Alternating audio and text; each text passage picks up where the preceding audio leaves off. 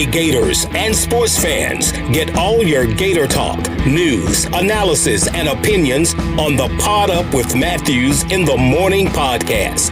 Find us on your favorite podcast platform or watch us on Facebook Live between 8 a.m. and 9 a.m. every weekday. Pod Up, because we are Gator fans. So say it's great to be a Florida Gator. Good morning. Welcome to a Monday edition of Pod Up with Matthews in the Morning from the Crime Prevention Security System Studios. Large enough to serve you, small enough to carry. It's Monday. That means we'll kick it off here in just a second with JC. Second portion, Scott Carter from FloridaGators.com. Get his thoughts on the big game over in Jacksonville, the world's largest outdoor cocktail party this Saturday in the Gator Bowl. I don't know what the hell it's called now, TIA Bank or something, but it's the Gator Bowl. Good morning, JC. How are you? Hey, good. Got a big day of driving ahead of me, and just trying to absorb what we saw this weekend. A lot of good things happening in the world of sports as the Florida Gators enjoyed an open date to try to solve some issues before the big game next weekend. This is a huge week for Florida. A potential to save somewhat of a season that's kind of gotten away from the Gators and to avoid the fourth loss of the season. But we'll talk about that in depth. Over the weekend, though, QB, a lot of cool things happened.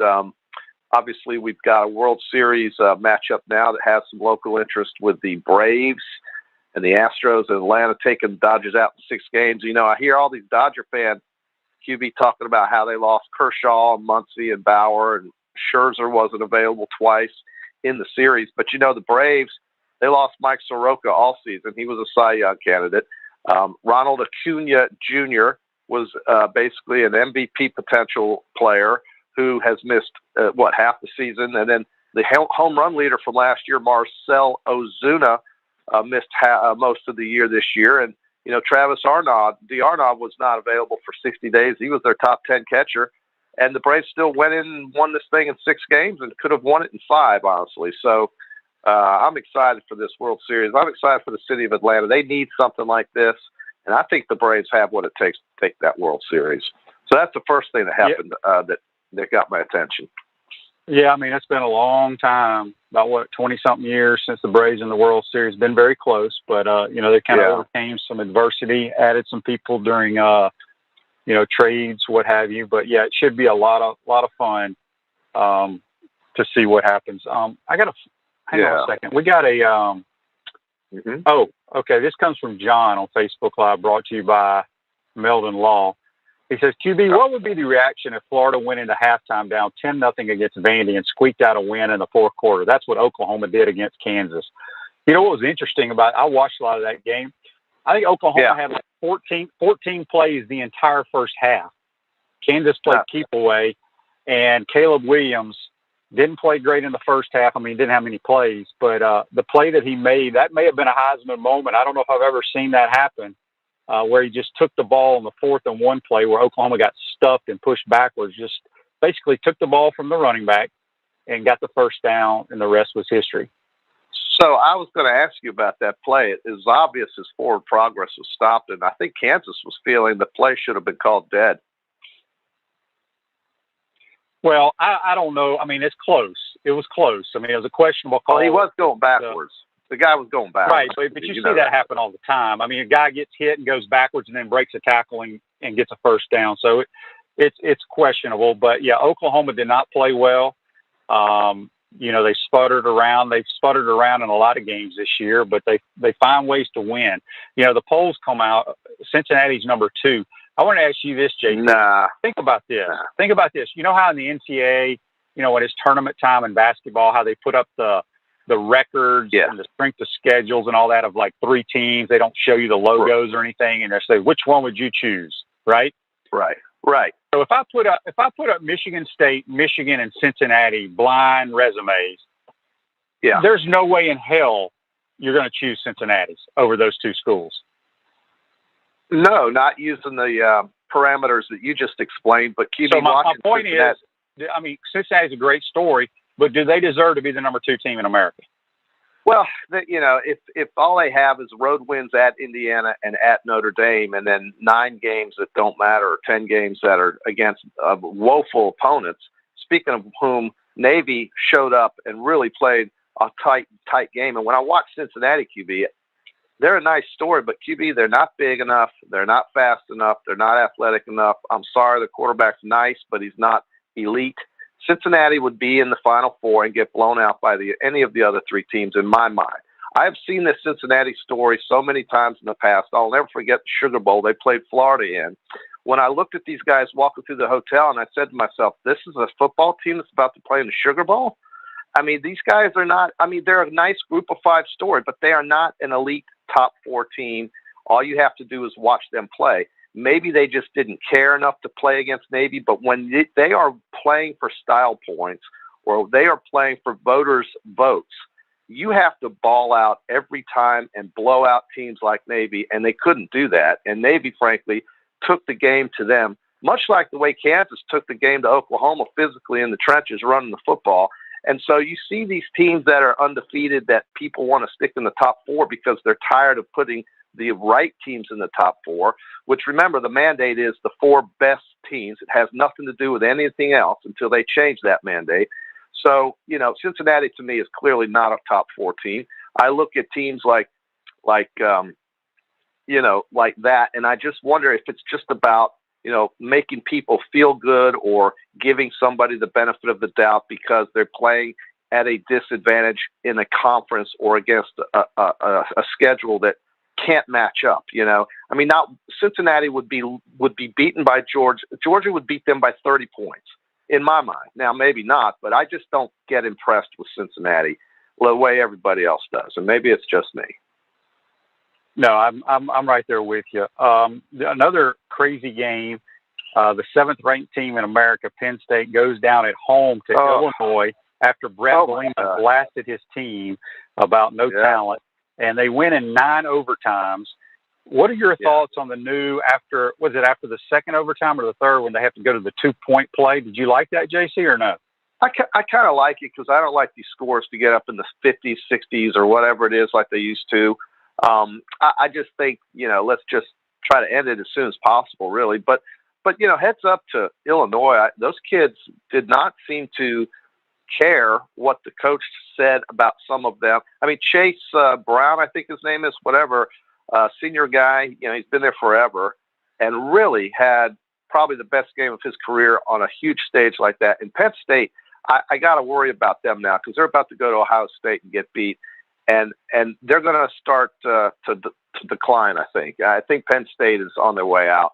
Ohio State is getting excited because they're scoring points, and C.J. Stroud is this, and C.J. Stroud is that. And they're playing such inferior teams. But, again, hearing from Ohio State fans this weekend, you would think they were the Tampa Bay Buccaneers on offense. I mean, you really would. So here we go again with them.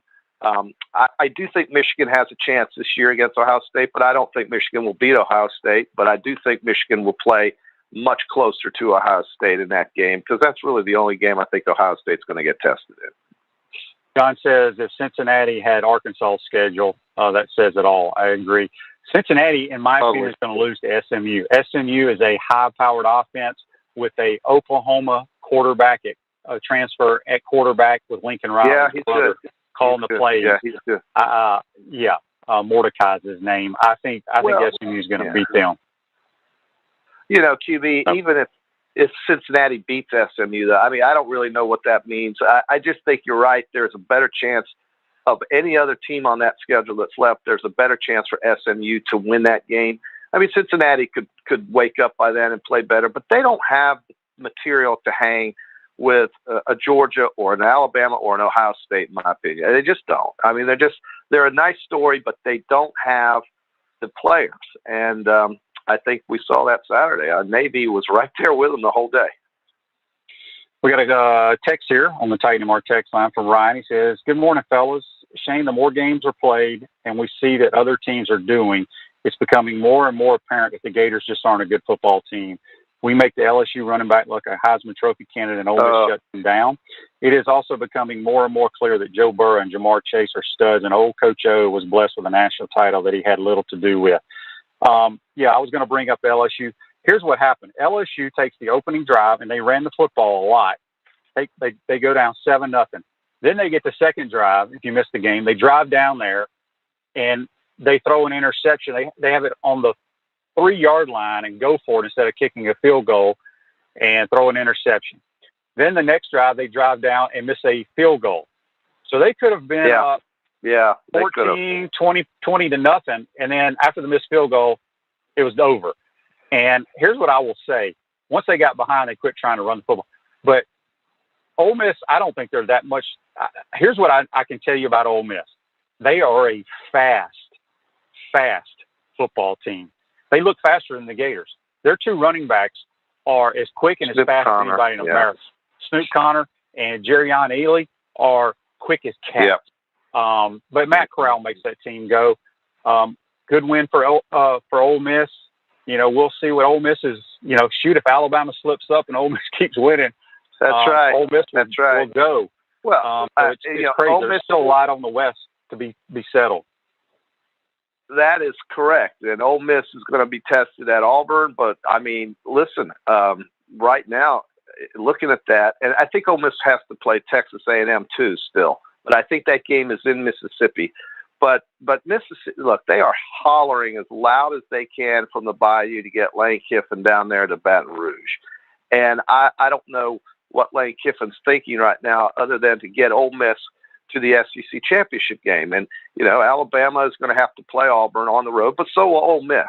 So, and then Auburn still only has 1 loss as well. Somehow, I don't know how, but that race in the West is a lot more interesting and obviously has more possibilities than what we have in the East.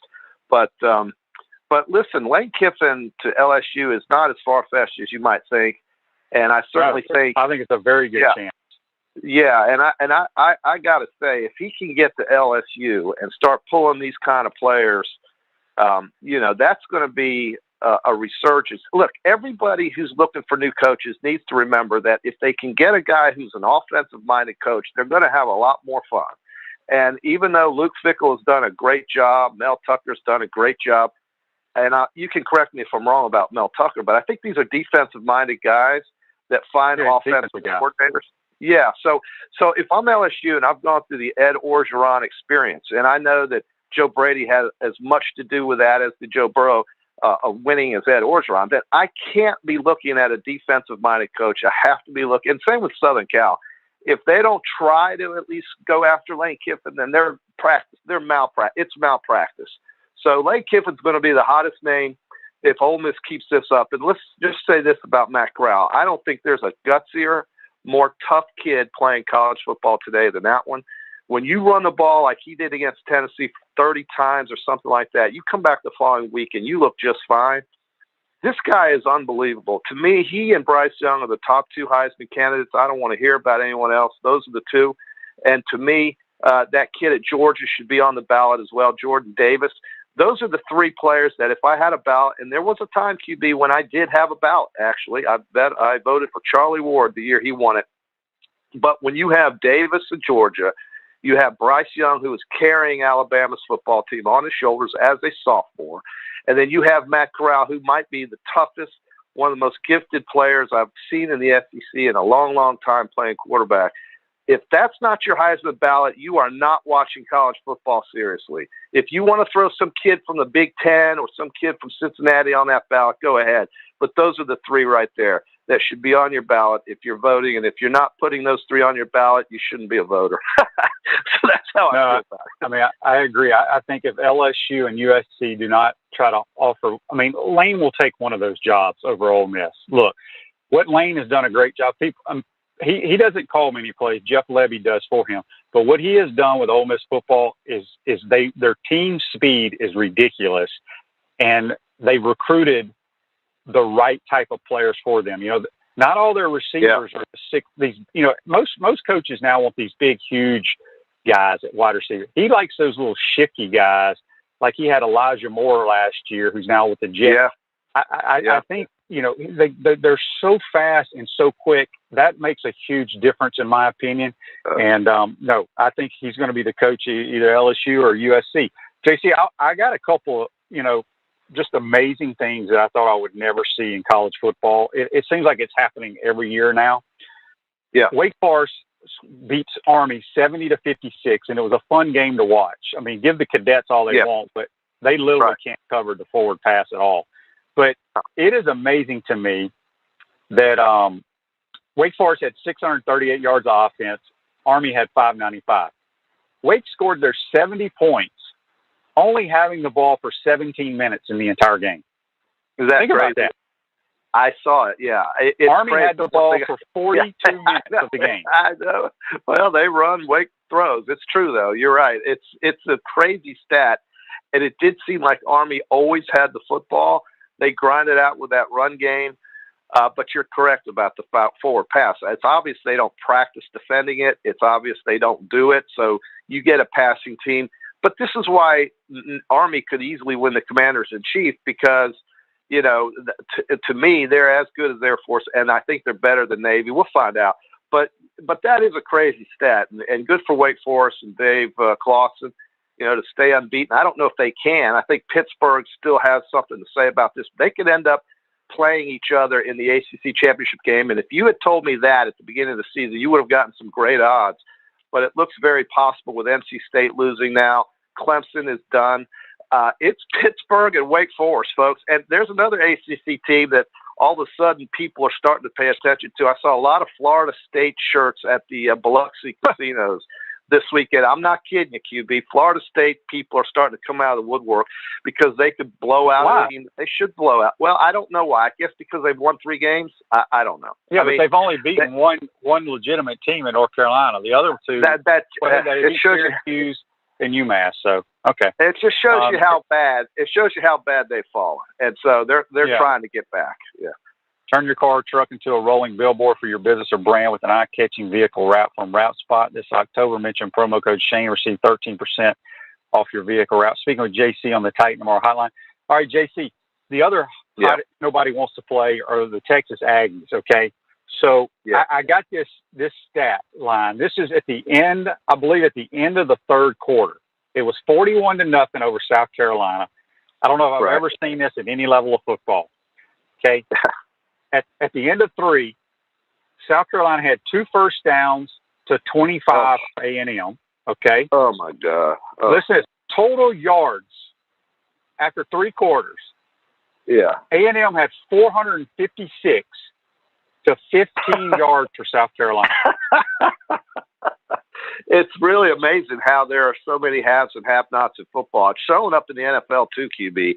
But A&M's got players, South Carolina doesn't. And, you know, think about A&M is they were a 19.5-point favorite on the board out here in Biloxi. And, I mean, that is just like saying, here, folks, if you want money, it's right here. Just come and get it. You have to go through this maze. It's the same thing when Ohio State's playing these beaten-down teams like Indiana. They don't have players. The Indianas and the South Carolinas don't have these players that can match up. It's really lopsided. A&M somehow lost 2 games, and they are kicking themselves at the missed opportunity they have right now after beating Alabama. And I have no idea how Alabama stopped Ole Miss either. So, you know, it does show you that you really don't know what's going to happen on Saturday, except when you see Texas A&M play South Carolina or Ohio State play Indiana, or, you know, a game where it's just so obvious that it's going to be a blowout. It's amazing why people just don't get that opportunity and pay their mortgage off. It's really something. But that's right. A&M is a team that's got to be sick right now, having lost 2 games that they probably would win if they played again. John wants to know on Facebook Live my thoughts on the roughing the passer called on the Houston defensive tackle sack Kyler Murray. I did not see it. So no, I mean, I can't that comment. pro game. Yeah. NFL yesterday was another lopsided weekend. So many games that looked really strange. I mean, these lines are getting crazy. You usually don't see these high double-digit spreads, but the Dolphins are a mess. And, you know, to think that they could have gotten Kyle Pitts with their first pick, who's right now starting to really play up for the Atlanta Falcons and get some big numbers on his side. And it's just amazing to me how some front offices just don't know how to win football games. And Miami is finding their way into that classification, I think. The Jets are already there, have been forever. I think the Cardinals and Packers are going to play next week. That's going to be interesting. And, you know, the NFL, if you don't have a quarterback like the Chicago Bears, you can't do anything. Nothing else works. Yeah. And I'm glad you brought that up, JC, because I was going to get to the NFL here real quick. Yeah, no, let's talk. I had not seen Justin Fields play at all this year, but I did watch a lot of that game. He ain't got a clue. He has zero clue. He's lost. How to play quarterback. He's lost. Yeah, he's lost, and the players around him know it, so they're not going to sell out at all. This kid is he's completely lost out there. You know, when a guy as good as Zach Wilson is having problems too, it just shows you how fast the game is. It shows you really how impressive Mac Jones is. But back to Justin Fields, that was an embarrassing performance. I mean, it's a shame that Chicago has gotten to this point.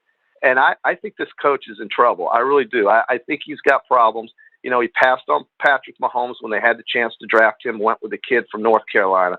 They've just made a lot of mistakes, and it comes from the front office and it goes down. But QB, Justin Fields looked absolutely clueless out there. And for some perspective, Tom Brady throws for 600 touchdowns now. He's got 600. Think about this. That's twice as many as John Elway and twice as many as Matt Stafford, who had 300 something. So Tom Brady has 600 touchdown passes. And yesterday he could have thrown for as many as he wanted to if they let the game go as long as it needed to go. So, it's a bad he's got situation. The best talent he's ever had around him right now. It's crazy. I would like to know if Mike Evans had given you that football to break the record, would you have given it back? Not for that much. They would have had to write a check. Because, I mean, what does he get? $1,000 gift card at the Tampa Bay Buccaneers gift shop. He gets a signed hat from Tom Brady, or a jersey rather from Tom Brady. That's not quite as much as what that ball could go for. I don't think anybody, obviously Mike Evans didn't know, but I don't think anybody has any idea what that ball could be worth. But it's a lot more than what that guy gave it up for. But he did a nice thing for Tom, and I'm sure Brady's appreciative. And listen, the Buccaneer fans are just happy to see him there. They're happy to have a team that's winning. It's been so long and so bad for the Buccaneers. The fans are really responding now. And there was a kid who was fighting brain cancer who has survived his brain cancer therapy and treatment that Tom Brady came and signed a hat and gave his hat to there in the end zone. And you can just see the community, surrounding this team. And I know Brady loves being there. And I think the reason why he's talking about playing as long as he can is because of how much fun he's having in Tampa. Obviously, the team around him is great, but I think the community is and Tom Brady have a mutual love affair going on. There's no doubt about it. No, they're a good football team, no question they are. At all. We got a couple of Facebook Lives here brought to you by Melton Law, the only official law firm partner of the Florida Gators. Joseph says, ask JC how much better of a season Jamar Chase could be having if he hadn't set out last year. He's got a smiley face. Wesley says, JC, your Jags have gone 2 weeks without a loss. Well, that is a very positive development, I would say. I have a feeling they're going to win another game. I think they're going to beat Houston the next time they play them. And you never know the way this crazy NFL is. They could pop up and surprise somebody else. Obviously, beating the Dolphins is good for Jacksonville, but the Dolphins, quite frankly, could qualify as one of the worst teams. Well, they do qualify for one of the worst teams in the league. But, hey, listen, any good thing that happens to Jacksonville is a step in the right direction. And if they win another game, they will double their win total for the year, QB, from last year. So I do think Houston is a disaster, and they could definitely beat Houston next time they play them. They will probably win that game. Houston doesn't have a quarterback either. It's just amazing to me how these NFL franchises can find themselves in a position where they can't score points or they can't get first downs. And that, watching that Chicago game yesterday was just, you can see Tony Romo and Jim Nantz sitting there looking at each other like, why are we here? This is not good for the NFL. This is terrible. Yeah. Sandy says on Facebook Live, brought to you by Melton Law, the only official law firm partner of the Florida Gators. Why don't they put Trask in when they have a good lead? Trask does not dress out, Sandy. He hasn't dressed the entire year. He's their third or fourth quarterback. And Blaine Gabbert is their backup, so he played last. So, what's interesting is they also have the kid Ryan Griffin, who's been with them for the last 3 or 4 years. He's on their practice squad too. So they have 2 QBs that they do not dress.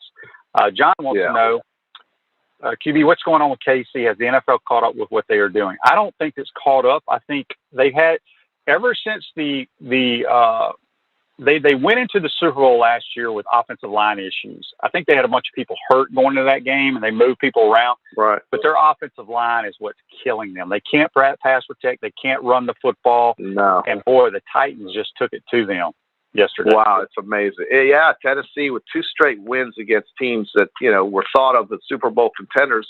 And certainly I do believe that the not necessarily the Chiefs, but the team that Buffalo is a Super Bowl contender.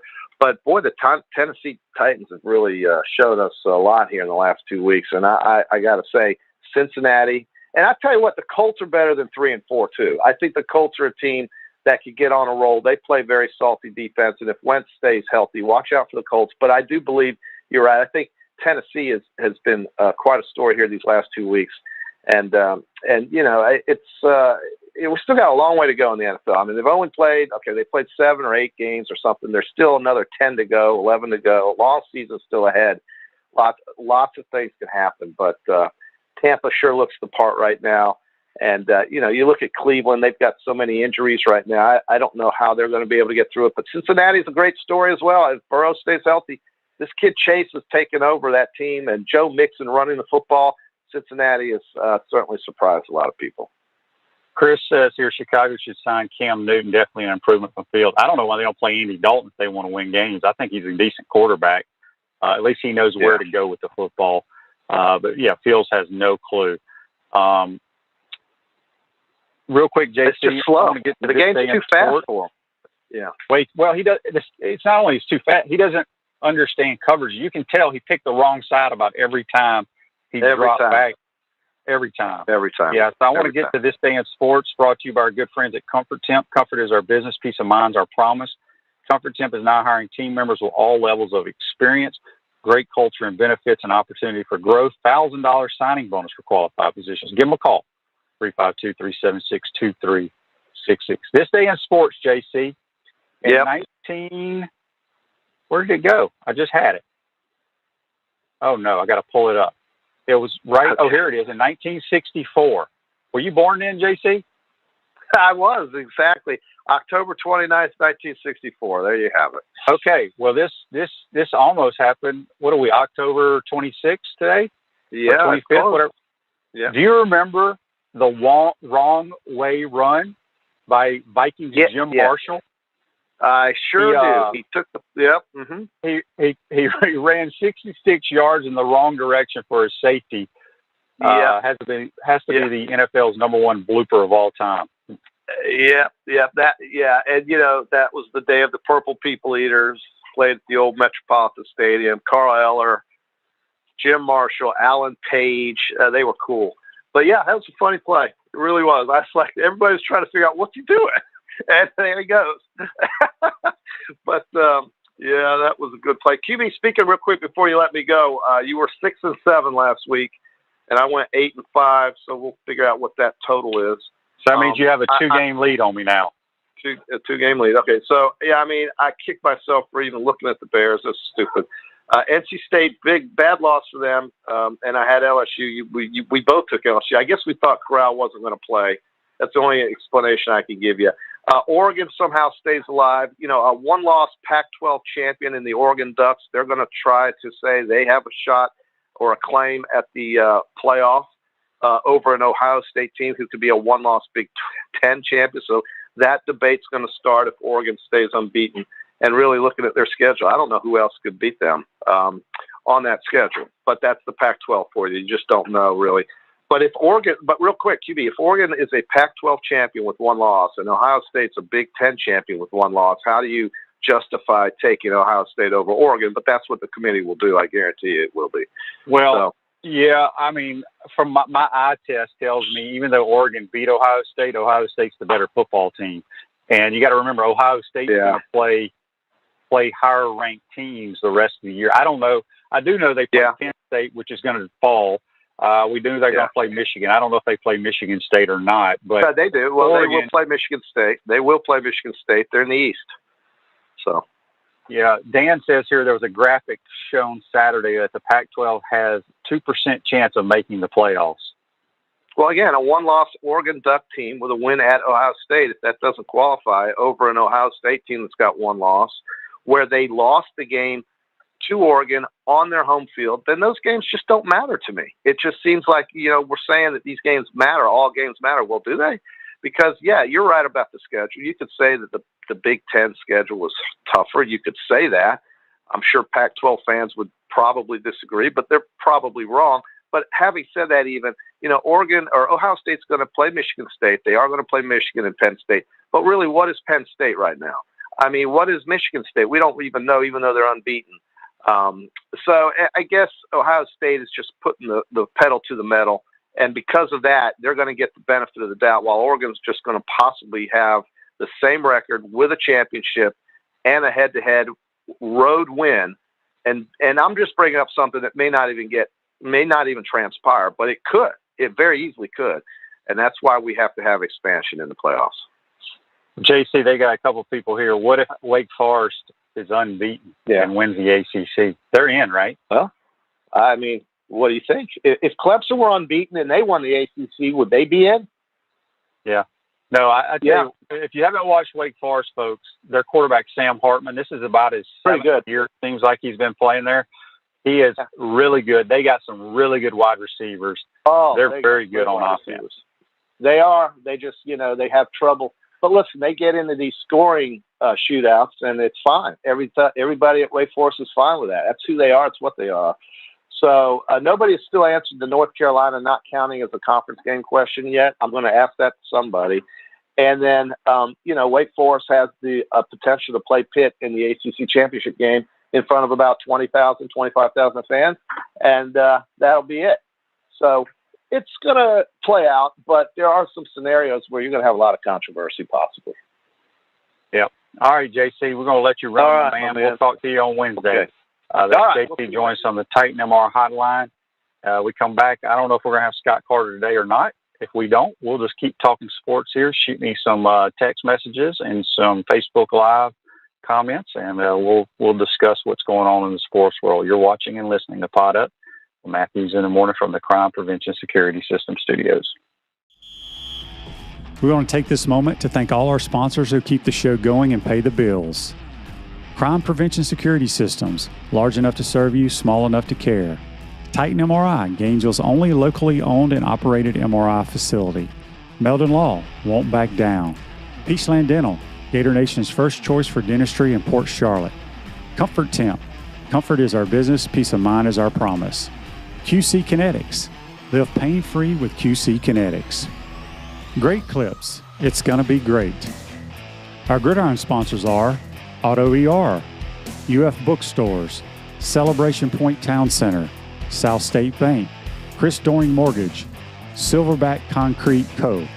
Some of our touchdown sponsors are Campus USA Credit Union, Adams Rib Company, Doreen Wiebe Realtor, Caldwell Banker, MM Parish, Gator Dominoes, Celebrate Primary Care, Gator Bait Media, Rap Spot, Okido America, Gators Dockside, Style Cuts, Big Mills Cheesesteaks.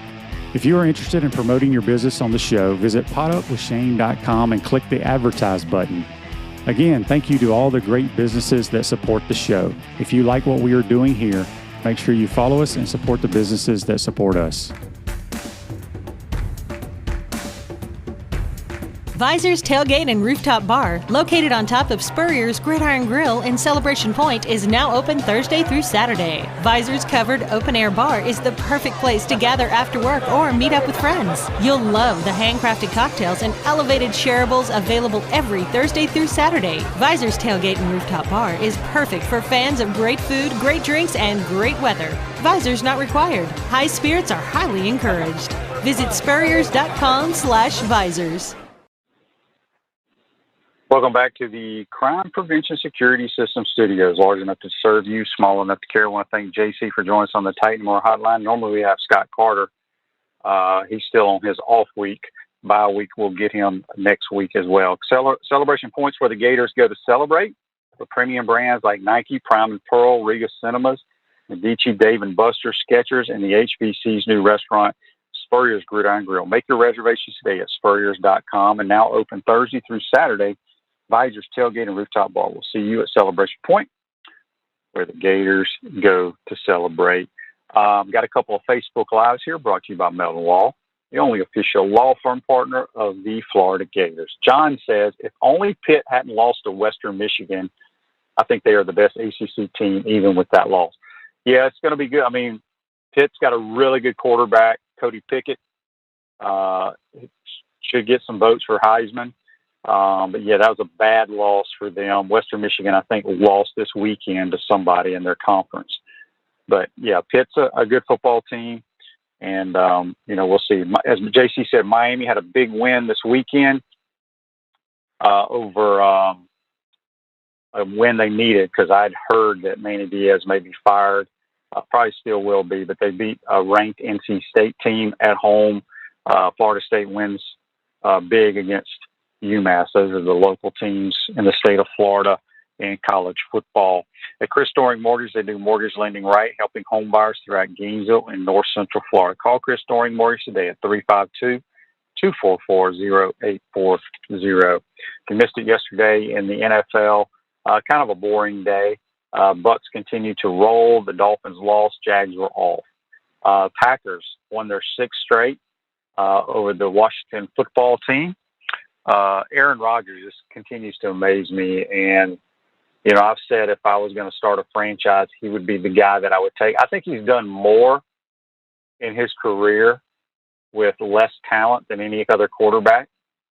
If you got any comments on that, I'd like to hear your thoughts, but he is as talented as anybody I've ever seen. Yep, today's the week of, Georgia, Florida week starts. I'm sure RVs will start rolling into Jacksonville on Wednesday or Thursday. I don't think people give the Gators much of a chance in this game. I'd like to know your thoughts. Daniel says here on Facebook Live, brought to you by Melton Law. Hey, Shane, did you see the final shot of the XOXO championship? Matsuyama hits a very Tiger-like three hybrid from 240 plus and almost jars it. Then he steps up and sinks a 20-footer for eagle in the wind going away. I didn't, Daniel, I totally forgot that the PGA Tour had started. And usually they don't start until like the end of December. They always started the new year, the Tournament of Champions out in Hawaii, but it's already started. And I got to get back on to watching the PGA Tour, so I missed that, Daniel. I appreciate you letting us know, but Hideki Matsuyama is an extremely talented player. John says on Facebook Live, brought to you by Melton Law. QB, I really like Brian Flores at Miami, but his record just isn't very good. Yeah, I don't know if he's going to make it. I think this is only year 2, maybe year 3, but you got to win nowadays or they're going to get rid of you. And they've lost, 6 in a row after they go and win at Foxborough week 1. And now they've lost 6 games in a row. Big win for the Patriots yesterday. And Mac Jones played outstanding football. I believe as of right now, I would say the offensive rookie of the year would be either Mac Jones or Jamar Chase. But give it up to Kyle Pitts. He just set a record for the most yardage. I can't remember how many games as a rookie at the tight end position. And we all knew he was outstanding, but now the entire world is starting to see it. Just a freak of a player. Made some unbelievable catches yesterday. Rick says, Shane, you need a couple more TVs to watch more shows. Well, I got my TVs are set up pretty good, Rick. I just I don't watch all the NFL games because NFL can be boring at times. I love watching college football. I'll watch anybody play college football, and so there was some good college games this weekend, even if your Gators were not playing. I'd like to get your thoughts on how the Gator Nation here on Facebook Live is feeling on a Monday of Georgia week. Do you think the Gators can pull the upset? If you missed it, Coach Mullen came out last week on his pressers and said that He wouldn't name a starter at quarterback. I think he said, if I'm not mistaken, that both quarterbacks will play. He is not making any coaching changes as of now, and I don't know if that would do any good anyway. But again, like I've said since the LSU game, if fans want a quarterback change, they should ask for some position changes on defense. Just that simple. Joseph says, they lined Pitts up out wide, and he was still burning corners and catching deep balls. His baller, no doubt. Well, he's got speed and he's got size that they can't match up with. And he's a unique player that's going to be an all-pro type player. I haven't watched enough of the Falcons. I wonder how many times they've lined him up actually at the tight end position attached to the tackle and asked him to block. You know, because you just mentioned they've been lining him up a lot outside. So maybe he's listed in your program as a tight end, but is he playing actually the position of wide receiver? So we shall see. If you got joint pain in your knees, shoulders, hip, or back that won't go away, you need to check out QC Kinetics for long-lasting relief. No surgery, drugs, or downtime. Schedule a free consultation at QC Kinetics. 352-400-4550. Call the good folks at QC Kinetics today. 352-400-4550.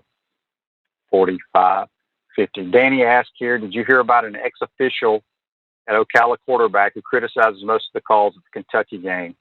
No, I did not hear about that. Probably, I missed that. No idea. Ken says, I heard JT Daniels is healthy and may play both of those quarterbacks. You would. I mean, it wouldn't surprise me. I would stick with Stetson Bennett right now. He's playing extremely well. I know a lot of people don't like Stetson Bennett because he was a walk-on. He's not real big. People forget the Georgia Bulldogs were ahead of us 14-0 last year, and then Stetson Bennett got hurt. Now, we played well on offense the rest of the game, but we were down 14-0, and then he got hit. I can't remember who hit him and drove him to the ground, hurt his shoulder, and they weren't the same since. Joseph asked, or says here on Facebook Live, brought to you by Mellon Law, Dan loses a lot of the fan base after this weekend if Richardson doesn't get the majority of the snaps. I think he will. But again, Joseph, I know the average fan, when you watch a football game, you watch the football. But, and I get it, I think Anthony needs to play a lot, if not the entire game, for us to have a chance. And this is not a shot at Emory at all. But you're going to have to run around. He's going to have to run over people, use his big body. But I'm telling you, and I don't know who's on the bench because I don't follow our roster enough, especially defensively. And I know people want to blame Todd Grantham, and I get it. But we just ain't real good on defense. And I thought we were earlier in the year, but we weren't playing really good teams.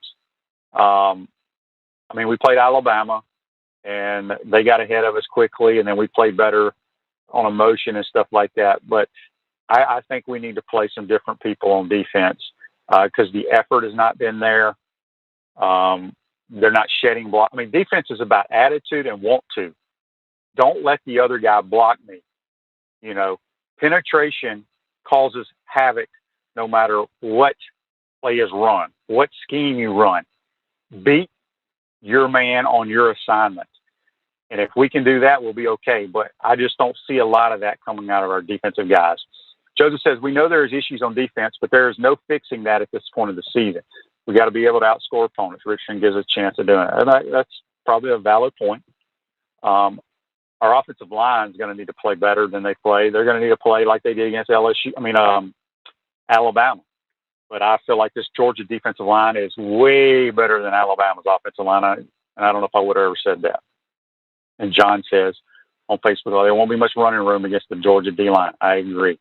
They're bringing in a lot of guys that are really good football players. I think they're well coached. But we'll see. I'm sure Dan will have some tricks up his sleeve to give Georgia some issues. You know, I do think we're the best offense Georgia has played up to this point. But I think Georgia's a good football team. It's hard to say that, but they're pretty dang good, folks. We had a text here on the Titan and More text line. Let me see if I can pull it up. There it is. Comes from Jamal. He says, do we believe Mullen when he says he's not making a change? I don't trust anything he says a week before the cocktail party. Well, he's not going to make a coaching change. Like I said, I don't know who you would give the play calling duties to on this staff on the defensive side of the ball. And I don't know what good that's going to do. I think both quarterbacks are going to play, but I do think Anthony's going to start. That's just my gut feeling. I think Anthony will start the game. Another text on the Titan MR text line from Steven. He said it's a bummer Tony is out. He was just getting loose in the Giants offense. Now, the last game I saw Kadarius Toney play, he set a record. I don't know if it was a rookie record or a Giants record. I think it was against the Cowboys, and then he punched the guy. Is he out suspended? Because I wouldn't think he'd be suspended this long, or is he hurt? I don't know the answer to that, Stephen. I don't follow the NFL as closely as I should, and it shows on my fantasy team. When I had like 6 guys either out due to injury or on a bye week, and I had no idea and didn't change them, so I got clobbered. Joseph says, Mullen will have a good game plan for this game offensively. I will give him credit for that. Well, we hope so. We hope so. Toby, I hope offensive line will be able to contain Jordan Davis. I even seen a post on Facebook that he was up for. Yeah, he's a tremendous player. Tremendous player. Kyle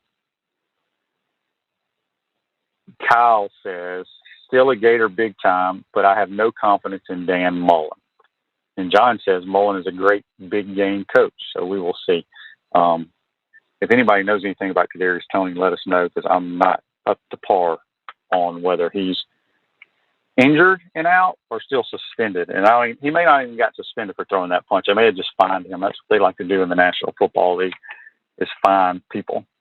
If you missed it last week on the Peachland Dentistry, Gator Nation's #1 choice for dentistry in Fort Charlotte and surrounding areas, JC and the QB Weekend Picks. JC beat me by 2 games. He's up 2 games on me for the entire year. We haven't had a spectacular picks this year, but there's been a lot of crazy things happening in college football. But a couple of things, as I mentioned earlier in the program, those stats on that Wake Forest game and on that South Carolina game just blew me away. I don't know if I've ever seen that ever in college football. Appreciate it, Lyle. Lyle says on Facebook Live, Tony got rolled up on an injured ankle. And, we just got another text on the Titan MR hotline from Jason saying Tony has an ankle problem. Shoot it up and go play. That's what they usually do. But they'll get him back on there pretty soon. All right, so we got a Facebook Live here before we go to break. Joseph and Kyle said, I'm losing confidence in Dan Mullen too, but he always brings a good game plan for these big games. He's got to be feeling the pressure right now. I expect to see his best game plan yet. Yeah, I think he'll have some stuff dialed up for Georgia. And as I mentioned, I think we're the best offense against that Georgia has faced all year. And Dan's had success scheming against Kirby and these guys. So we shall see. Should be fun. Florida's going to come in. I don't even know what the point spread is now, but a huge, huge underdog. And we'll see. But Georgia's got a lot to play for.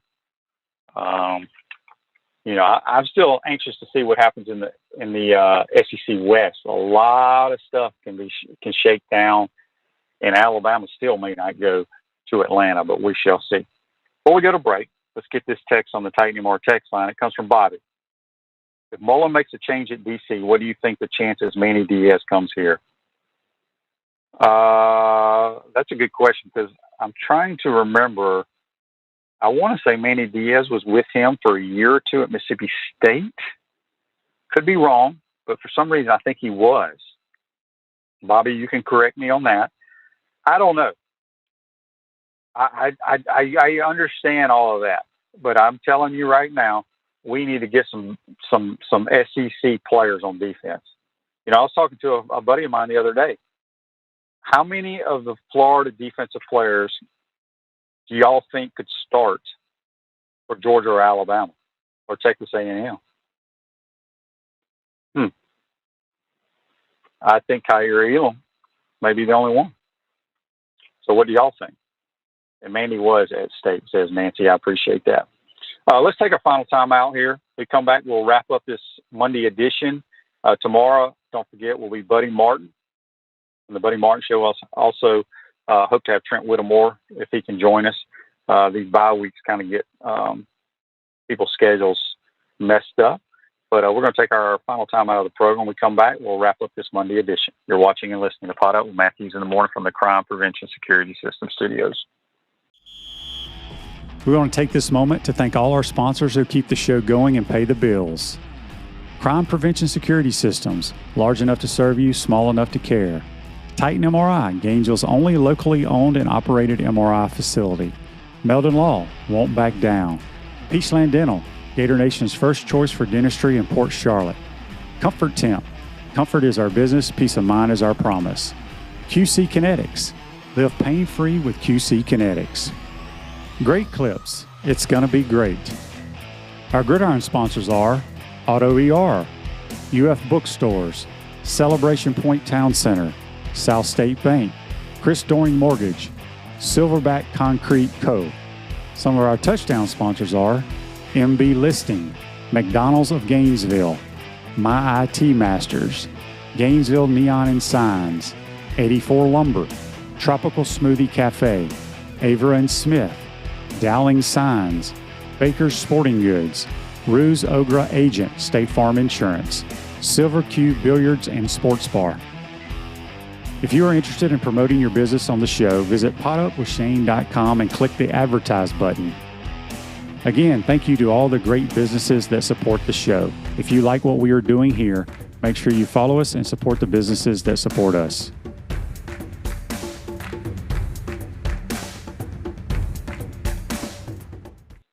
Welcome back to the Crime Prevention Security System Studios, large enough to serve you, small enough to care. Center State Bank is now South State Bank, but we still put business first. We understand that small businesses need a community business partner that they can rely on. South State still is for convenient Alachua County location. South State Bank, banking forward, member FDIC. Real quick before we get out of here, on Pat Dooley's podcast, there was an episode that hinted at Charlie Strong having interest in coming to Florida for the season, but I think he wanted to be a DC. Somebody else asked here, Michael said, if we made a change at DC, would Charlie Strong be considered? I'm sure he will, but I don't know if people want to recruit these days, man. Football has changed. The NFL, you get paid well, and you got to recruit a dang player. Scott wants to know, Shane, why do you think recruiting has dropped off in defense? Even in our bad years, we had studs. I don't know the answer to that.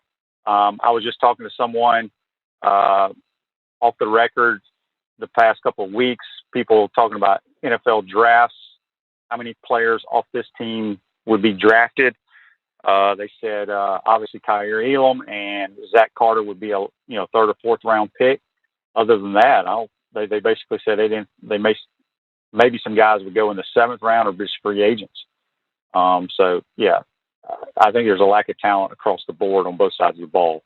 But we shall see. There's nothing we can do about it right now, but go out and play and put a game plan together and try to upset the dogs. But today's show is a wrap brought to you by Wrap Spot. Hope you enjoyed today's program. Make sure you tune in tomorrow for Buddy Martin. We'll see you tomorrow, folks.